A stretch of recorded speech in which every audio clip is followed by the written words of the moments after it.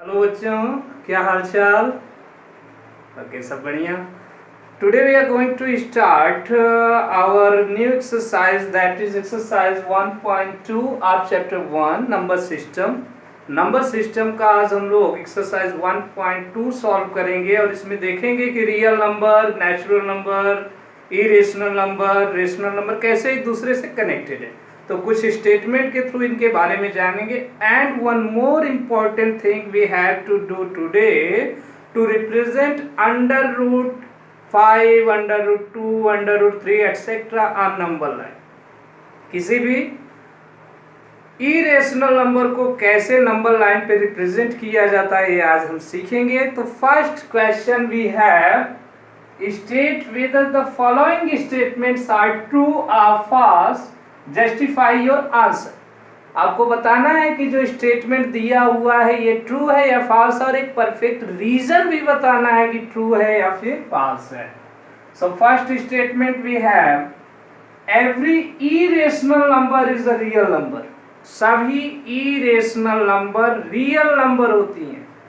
तो just look at the definition of real number, a combination of irrational numbers and rational numbers। Real number में क्या होती है?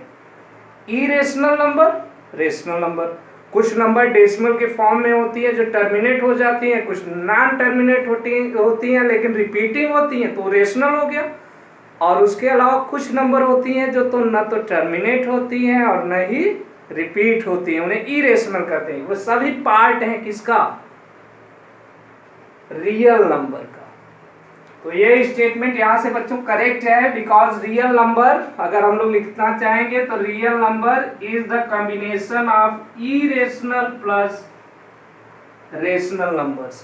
ठीक है, रेशनल नंबर्स। तो it is true, real numbers are the collection of irrational and rational numbers।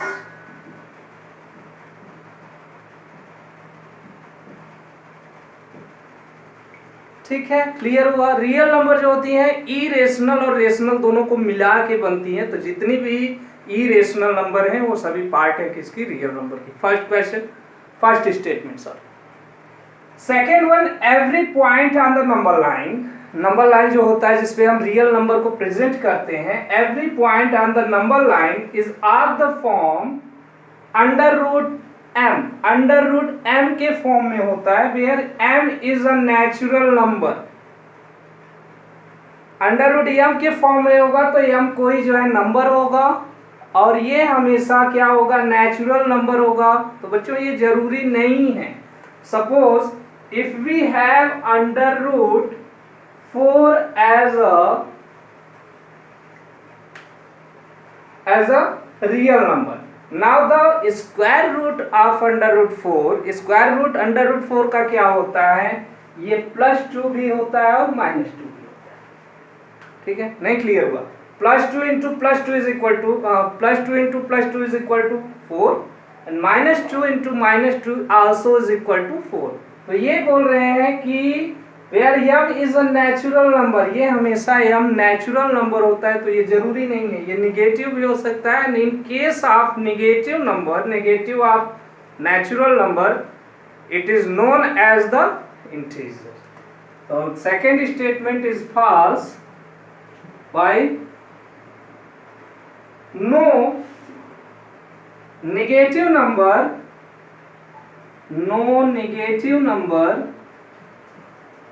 can be square root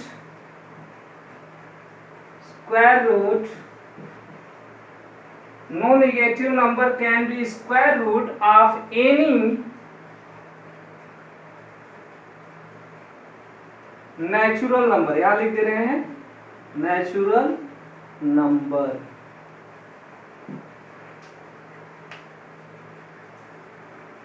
किसी भी natural number का स्क्वायर रूट नेगेटिव नहीं हो सकता। ये किस केस में होता है, अगर 4 हमने इंटीजर मान लिया, 4 इंटीजर माना है तो इसका स्क्वायर रूट क्या होगा, +2 और -2। और अगर हम इसे जो है नेचुरल नंबर के फॉर्म में देखें तो इसका स्क्वायर रूट क्या होगा, एक नेचुरल नंबर होगा जो +2 होगा, -2 नहीं पॉसिबल है। ठीक है, क्लियर हुआ। Next one, every real number is an irrational number. सभी रियल नंबर जो होती हैं वो इरेशनल होती हैं।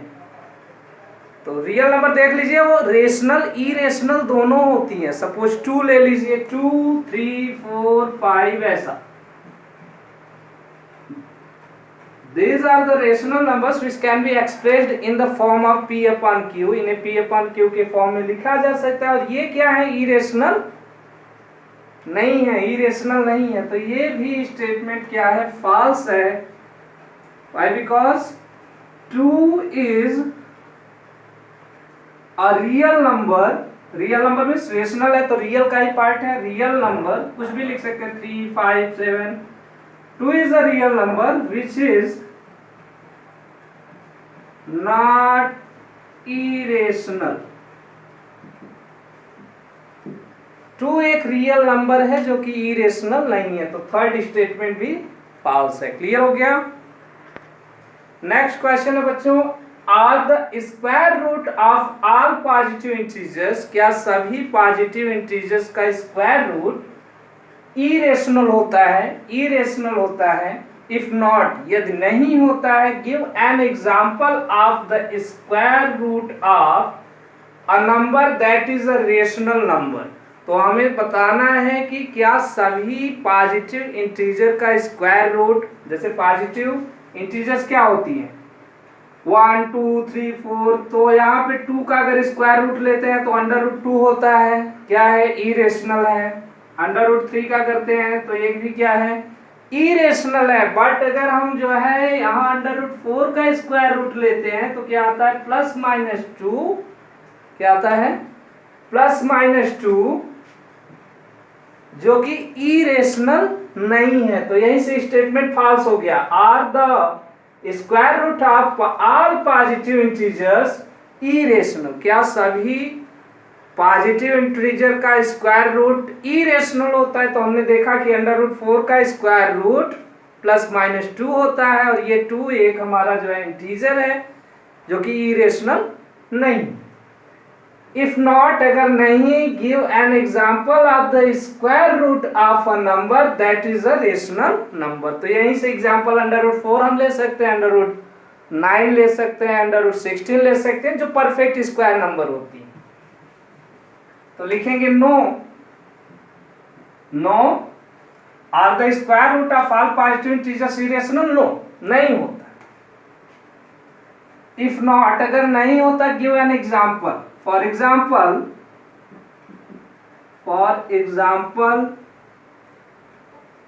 Square root of 4 that is written as √4। square root of 4 is +-2 which is not irrational। Clear हुआ। नेक्स्ट बच्चों, that is an important question also. Show how √5 can be represented on the number line. √5 को number line पे कैसे represent करते हैं ये हमें show करना है, यानी दिखाना है। तो करना क्या है, हमें √5 को नंबर लाइन पर रिप्रेजेंट कर देना है। ठीक है, सपोज आपके पास कोई नंबर है, रियल नंबर्स के लिए आपके पास मान लीजिए 0 है, 1 है, 2 है, 3। लेफ्ट साइड क्या करते हैं, -1, -2, -3, इस तरह से करते हैं। तो इसे तो इजिली रिप्रेजेंट कर देते हैं। अब अगर ये फ्रैक्शनल पार्ट में है, सपोज 2/3 है, तो इसके क्या करते हैं, 1, 2, 3 पार्ट, तो ये 2/3 हो जाता है आपका। ये इजिली कर देते हैं। लेकिन कोई नंबर √5 में है तो या तो √5 की वैल्यू पूरी निकालिए 3 प्लेसेस 4 प्लेसेस तक, अदरवाइज √5 को रिप्रेजेंट कर दीजिए डायरेक्टली बिना value, without finding the value of √5। कैसे करते हैं देखिए, इसके लिए हम क्या करेंगे, suppose we have a square, मान लेते हैं कि ये स्क्वायर है जिसकी यूनिट क्या है, जिसकी सभी डायमेंशंस क्या है, 1 यूनिट की है, 1 है, ये भी 1 है, ये भी 1 है, ये भी 1। अब इसके डायगोनल को अगर हम ऐड करते हैं तो ये वाला टर्म हमारा राइट ट्रायंगल बनेगा और ये इसका क्या होगा, हाइपोटेनस। तो अकॉर्डिंग टू पाइथागोरस थ्योरम अगर इसे हम ए बी सी मान लेते हैं तो ए सी स्क्वायर इज इक्वल टू क्या हो जाएगा, A B square plus B C square. A B हमारा कितना है 1, 1 स्क्वायर प्लस 1 स्क्वायर, ये हो गया 1 प्लस 1 2। ए सी की वैल्यू क्या आ जाएगी बच्चों, √2। क्लियर हुआ, ये ए सी की वैल्यू क्या हो जाएगी, √2। इसे हम नंबर लाइन पर भी रिप्रेजेंट कर सकते हैं। सपोज यहां से यहां तक हम 1 यूनिट लेते हैं, 1 यूनिट आपको मेजर करना है अपने सेंटीमीटर स्केल पर, 1 centimetre is equal to 1 unit. और इस पर एक परपेंडिकुलर ड्रा कर देते हैं जिसकी लेंथ है 1 यूनिट, 1 यूनिट यहाँ से भी, इसे मान लेते हैं O है, चलिए 0 को भी O मान लेते हैं, और इसे मान लेते हैं A, ये B है। B A perpendicular, draw B A perpendicular on number line, B A is equal to 1 unit. So you have to write draw B A is equal to 1 unit perpendicular on number line. Now look at the hypotenuse, it becomes the hypotenuse, और इसकी value कितनी होगी बच्चों, √2 हमने अभी निकाला, ये √2। अब ये लाइन, इस लाइन की जो डिस्टेंस है, ये लाइन अगर हम घुमा के इसी लाइन को यहाँ पे कंपास की नीडल रख के, यहाँ पेंसिल रख के इसी लाइन को मान लीजिए ऐसे उठा के यहाँ पे लाते हैं, तो ये लाइन जहां तक आएगी घूम के, जहां तक आएगी वो भी √2 होगा। चलिए तो ये लाइन हम यहाँ से, और ये बनाते कैसे, उठा के ऐसे तो लाएंगे नहीं, तो क्या करते हैं, देखिए आप लोगों ने अगर जो है सर्कल बनाया होगा तो ये रेडियस को अगर ऐसे हम घुमा देते हैं, ये लेंथ, ये लेंथ, ये लेंथ, ये लेंथ, ये पूरी लेंथ सेम आती है। तो यहाँ पे नीडल रखेंगे और रेडियस क्या ले लेंगे, ए बी ओ बी के इक्वल, ए बी नहीं ओ बी के इक्वल रेडियस लेके, और इसी को जिस तरह पे, जिस जगह पे नंबर लाइन पे गिराएंगे, ये हो जाएगा बच्चों हमारा √2। √2 क्लियर हुआ। चलिए √2 के बाद मान लीजिए इसे और एक्सपेंड करते हैं, फर्दर आगे बढ़ाते हैं इसी प्रोसेस को। फिर √2 पर ही हम 1 यूनिट का परपेंडिकुलर ड्रा कर देते हैं, दैट इज C, 1 यूनिट।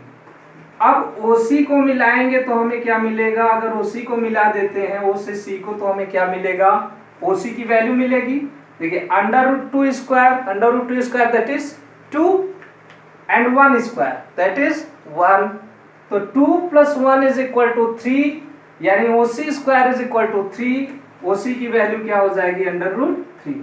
और यहाँ पे नोक रख के इस रेडियस को जहाँ पे गिराएंगे, ये हो जाएगा बच्चों हमारा √3 क्लियर हुआ। अच्छा फिर बढ़ाते हैं, √3 पर अगर एक हम परपेंडिकुलर ड्रा कर दें 1 यूनिट का, जो कि D है, और O से D को मिला दें, तो क्या मिलेगा, √3 स्क्वायर प्लस 1 स्क्वायर, √3 का स्क्वायर होगा बच्चों 3, 1 का स्क्वायर 1, तो 3 + 1 4 हो जाएगा, यानी कि ये हमें मिलेगा √4, और √4 इज इक्वल टू 2 होता है। आप अगर जो है पेंसिल से ये आर्क रख के घुमाएंगे तो ये लाइन सीधे आके 2 पे गिरेगी, ठीक है, सीधे 2 पे जाके गिरेगी, ये हो गया। अब इसके आगे चलते हैं, 4 पर भी एक परपेंडिकुलर ड्रा कर देते हैं 1 यूनिट का E, और O से मिला देते हैं E को, तब क्या होगा, ये देखिए 2 का स्क्वायर 4, 1 का स्क्वायर 1,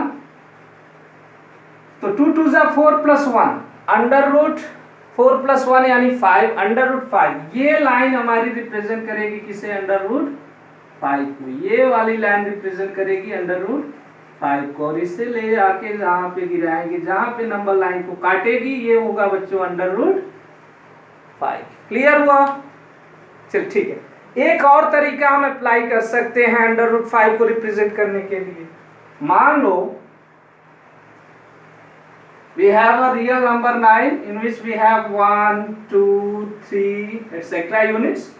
तो अगर हम यहां से यहां तक 2 मेजरमेंट ले लें, 2 यूनिट का मेजरमेंट ले लें, ओ से लेकर यहां तक 2 का मेजरमेंट ले लें, इसे ए मान लें, और इस पर 1 यूनिट का परपेंडिकुलर ड्रा करें।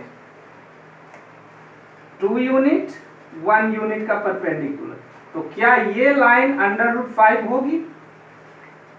होगी। चेक कर लेते हैं पाइथागोरस थ्योरम से। 2 square 4 plus 1 square 1, 4 plus 1 is equal to 5, और ये जो हाइपोटेनस होगा ये हो जाएगा √5। तो ऐसे भी हो सकता है, हम डायरेक्टली ये भी कर सकते हैं, 2 यूनिट स्केल पे रियल नंबर पे लेके यहाँ पे 1 सेंटीमीटर का परपेंडिकुलर ड्रा करते हैं, मान लीजिए BA।